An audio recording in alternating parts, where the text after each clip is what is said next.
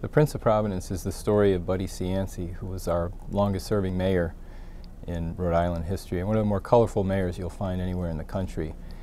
He was part Huey Long and part Tony Soprano. He was this lovable rogue who helped transform this dying industrial city of Providence into a city that was rated one of America's most livable by a number of publications. And he also presided over a breathtaking array of corruption over 3 different decades that ultimately landed him in federal prison. And he's a very colorful character.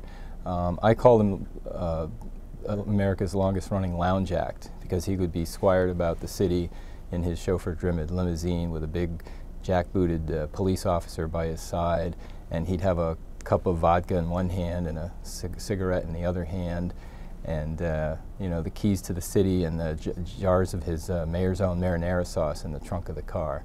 And he was really, to me, when I set out to write a book about him, he was really, to me, the embodiment of American politics, the good and the bad. And he reflected Providence, which, as one of America's oldest cities, to me really embodies the American political story. Buddy grew up, you know, kind of in a privileged background for an Italian American.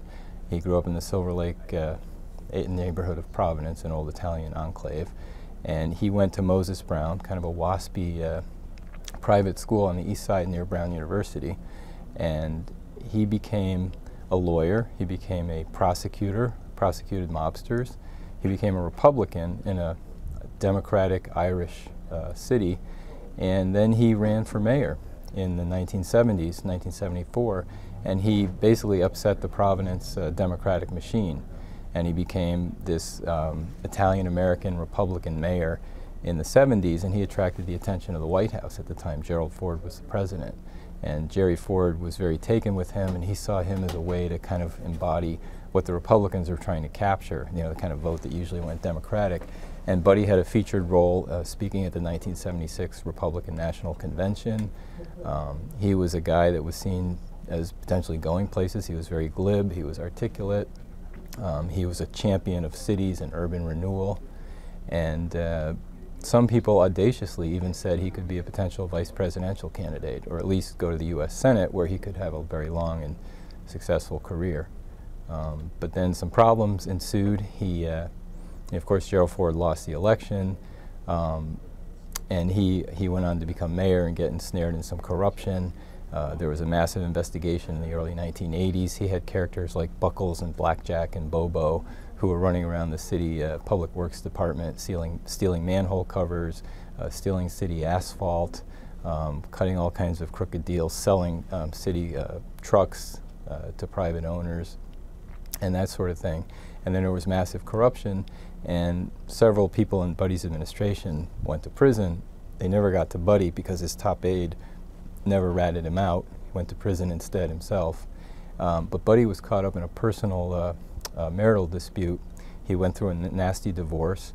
He basically suspected this businessman who had been a friend of his of sleeping with his wife, invited the man to his house on Power Street one night, and with his city police bodyguard, held the man prisoner for several hours, tortured him with a lit cigarette, tried to hit him with a fireplace log, threw an ashtray at him at one point, and ultimately was charged with assault in that episode, and that forced his resignation in 1984. And that seemed like that was the end of a once promising political career, but it was only the first act. He spent the next 6 years on talk radio, was a very popular talk show host, and in 1990 he ran for mayor again with the slogan, "He never stopped caring." And you know, the Wall Street Journal called his political comeback the envy of Richard Nixon, and in 1990 he was elected in a 3-way race by about a few hundred votes, and he came back. And this is the 90s when Providence was undergoing this remarkable renaissance. Rivers were being moved, concrete that smothered them was being ripped up. As you see now, the water fire display on the rivers and the beauty of the architecture, and Buddy was a champion of that. And as Providence became a really hot city, he became a really hot mayor.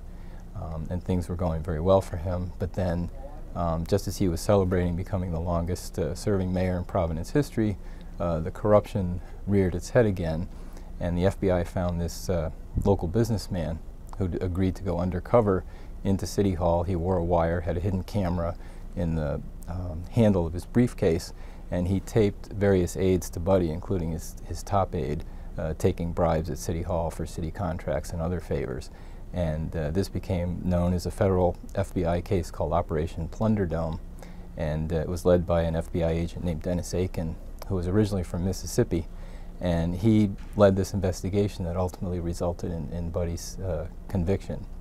After an epic 2-month trial in a city where people said you'll never get people to convict Buddy Cianci, in a city where Buddy went to prison with 67% of the voters still thinking he had done a good job even though they thought he was guilty. And when Buddy was sentenced by the judge talked about how he was really two people. He was Dr. Jekyll and Mr. Hyde. And Buddy, in his own way, said, well, you know, privately to a friend later, how come I didn't get 2 effing paychecks? What Buddy was convicted of was racketeering conspiracy, being kind of knowing about it, but not actually being physically involved in any of the underlying acts. And Buddy kind of framed it as, what did I do? I was convicted of being the mayor. Some of the jurors I spoke to felt otherwise, that he was a guy who knew how to keep himself insulated, kind of like a mob boss that he had once prosecuted, ironically, and that he was able to stay out of the direct line, but that he knew everything that was going on. He was the kind of guy, one juror told me, who would know how many rolls of toilet paper there were in City Hall. Now later, Buddy said that that was part of his myth and his aura, that he kind of conveyed that fear in people, that he knew everything, but he really didn't. So that was his defense, but ultimately it didn't play out with the jury, didn't play out on appeal, and he went to prison and relinquished his famous toupee, or what he called his dead squirrel. And he did his time, and he came out and he went on talk radio, where he's on a local radio station.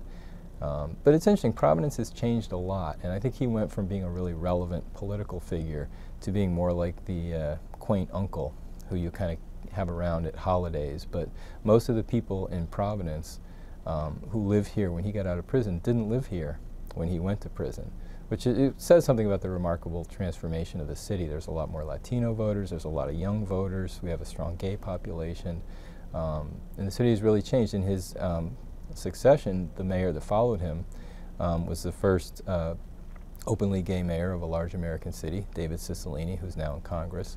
And the mayor who followed him, Angel Taveras, who's in office now, is the city's first Hispanic mayor, and reflecting that growing population.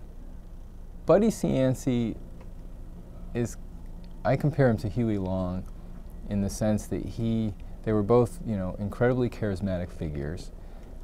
They were both politicians who were beloved in spite of their flaws, in spite of the corruption that went on in their administrations, who had a real populist, evangelical fervor about them that spoke to the ability to be successful on a larger stage. You know, Huey Long was seen as a potential presidential candidate.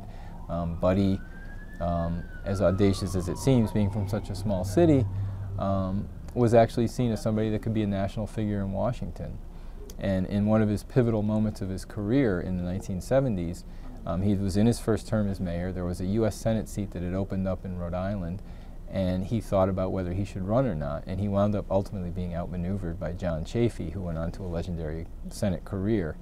And a lot of people feel that was a real turning point for Buddy, because if he had gotten out of Providence then, he would have gotten out of the place that breeds corruption and ultimately dragged him down, not to excuse his culpability, and gone to Washington, where you can be a showman, you can be on the national stage. You know, remember, he spoke at the Republican National Convention in 1976, and again in 1980. He actually went out, it was funny, before the 1980 election, he went out and met with Ronald Reagan, and he pitched himself as a potential running mate for Reagan. And while he was out there, he went to Palm Springs and he visited Jerry Ford, who had been good friends with him when he was president. And when he was there, he also got invited to have dinner at Frank Sinatra's house.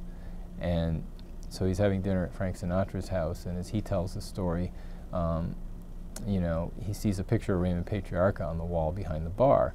And, you know, the bartender says, "Oh, Buddy, you're from Providence. How's Raymond doing?" So there was that whole, you know, those bizarre cross currents of Buddy's life and the people he would encounter. Buddy and I had kind of an interesting relationship as I wrote this book. Because the one thing about Buddy, two things that really matter to him are power and control, and of course money. And he didn't have the control over this book, and he didn't get the money, and he couldn't control his legacy, and he didn't like some of the negative things that I found about him. But I tried to be fair to him, because there are two sides to the coin, and that's what makes him so compelling.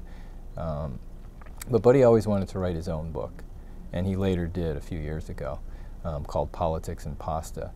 And I always, he used to always kid me, I'm going to write my own memoirs, and I'm not going to talk to you about my inside stories, and how are you going to write I remember he called me into his office a month before he went to prison. He'd been convicted, he was awaiting sentencing, it was his final days in office, and it was a summer afternoon, quiet, and as we're sitting in his office, he starts to, say, hey, how about you rip up your contract with Random House, we write a book together.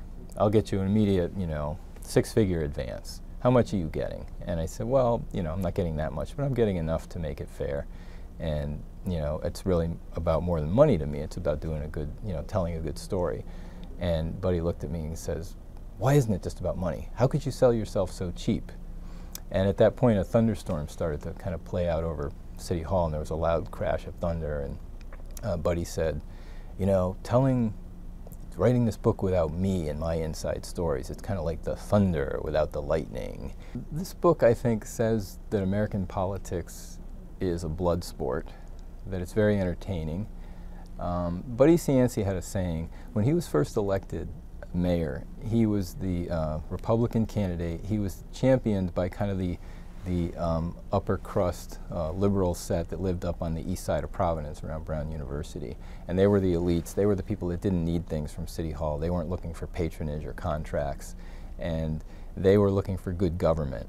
And Buddy had a cynical saying, even though he was their champion when he first was elected, he had a saying, good government will only get you good government. When you come down from College Hill and you cross the Providence River, you have to cut deals and you have to do things like that to get things done. And when he came in as mayor the first time, remember, he was a Republican in a city that hadn't elected a Republican since the Great Depression. He was the first Italian-American mayor in a city that had been ruled by Irish Democrats for decades. And he had a city council that was committed to his destruction, just like the Republican Congress was committed to Barack Obama's downfall in his first term. And he had to work with those guys.